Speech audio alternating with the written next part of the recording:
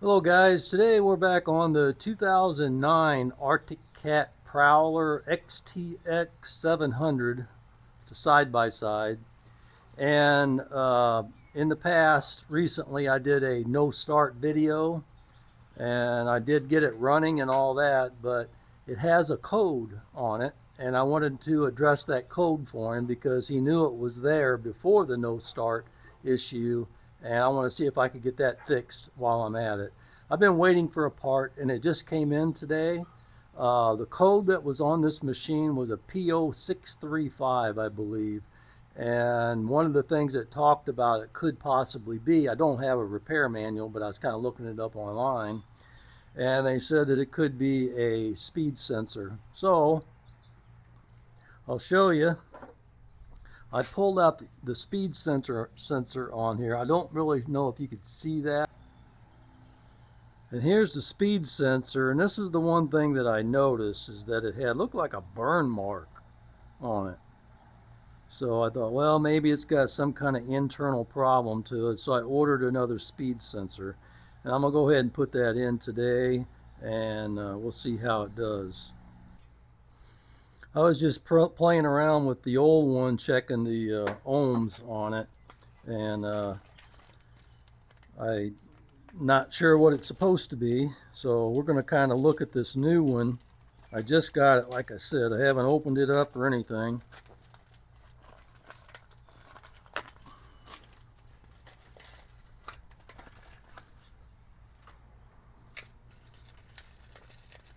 And this is a regular Arctic Cat part, at least it's supposed to be.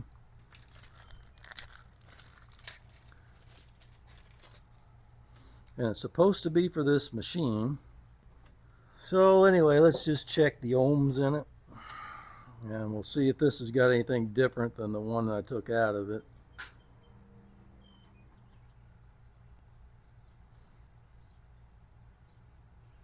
.426 on the middle one, 515, and it's kilo ohms.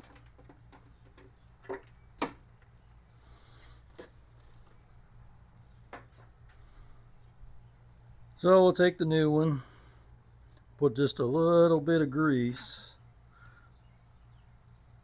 on this O-ring. Then I'm going to go ahead and install it.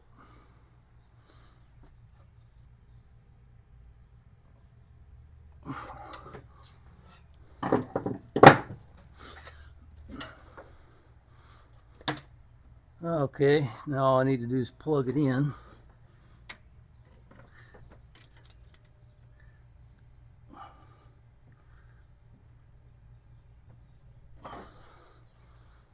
Alright. Then if you want to check what your codes are, or if you want to clear them, you have to come over here. This is your diagnostic plug. It's down here by your ECU, CDI, right above your battery. And if you were to look on this top part that you push down to release, to the right of that will be a blue and red, blue wire with a red tracer, and a black wire. It's these two right here on the right hand side. You just take you a jumper wire and you jump from one to the other, and that grounds it out, and that'll tell the computer to read the diagnostic codes, or to show them. So then we turn the ignition on, and it's showing us the code. 00 means we have none, but if you had a code, it would show what your code is right here. I'm going to turn this off. Now we're going to clear the codes. We're going to come over here to the four-wheel drive button where it says four-wheel drive. We're going to put it in four-wheel drive. We're going to turn the key on, and we're going to come over here to the override, and we're going to hold it. And holding it down will clear the codes. So if you had codes, you won't have them anymore after doing this process. And then you turn the ignition key off, put it back into two-wheel drive, Remove your jumper. Don't forget to put your dust cap on it, your rain cap.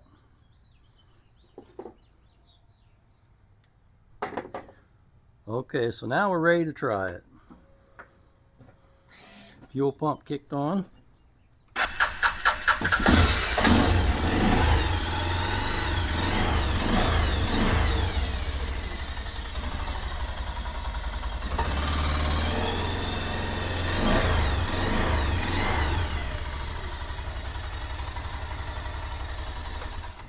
Now before I try it, take it for a test drive, I wanted to show you that I changed these air filters. These are uni filters, UNI, and I put a little bit of oil.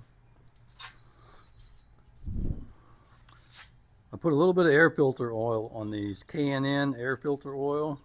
You're supposed to oil those, so I put a little bit on both of them. Didn't have any filter over here, and that one over there was cracked and broken, so that's a very dangerous situation. You do not want to run this without filters, a broken one or missing one, either one. Also replaced the filter in here too, but I just wanted to show that to you. They're behind these little doors. There's a door that sits here. You just have to pop it off and get right to it. It's no big deal. Okay, I'm gonna go ahead and take it for a little spin, see what happens.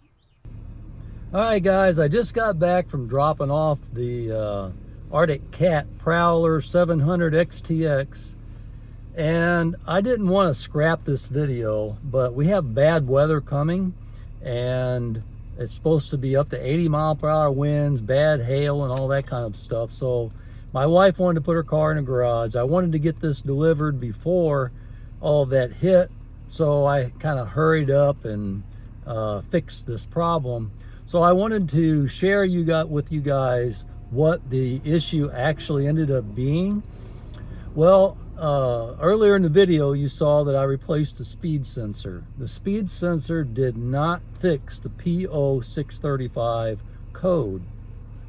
So I went further into my diagnostic work, and I went to the battery because I'm thinking, well, maybe the stator's putting a small amount of charge to it, but not enough. Maybe it's got a weak stator, in other words.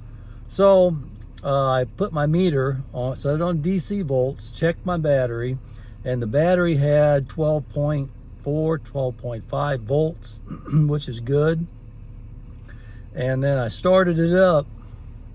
It dropped down to 12.1, and it stayed there. I rev it up, and never moved. So I thought, okay, I got a bad stator. I'm going to have to go through a lot of work here, looks like.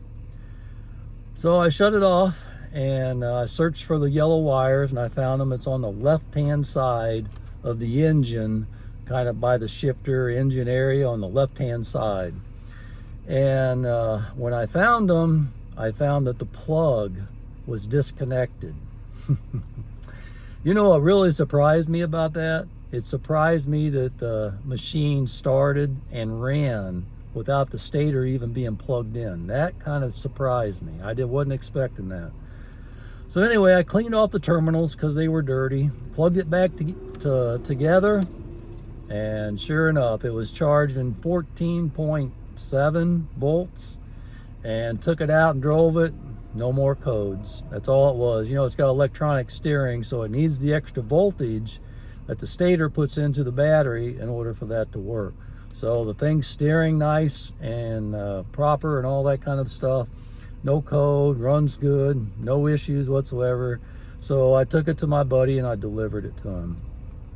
But I wanted to finish out this video for you guys, just in case you come across this po635. These are some extra little tidbits that might help you in your diagnostic work for trying to find out what your issue might be. All right, so that's all I have for you today. I appreciate you coming along and watching, and I'll see you on the next one.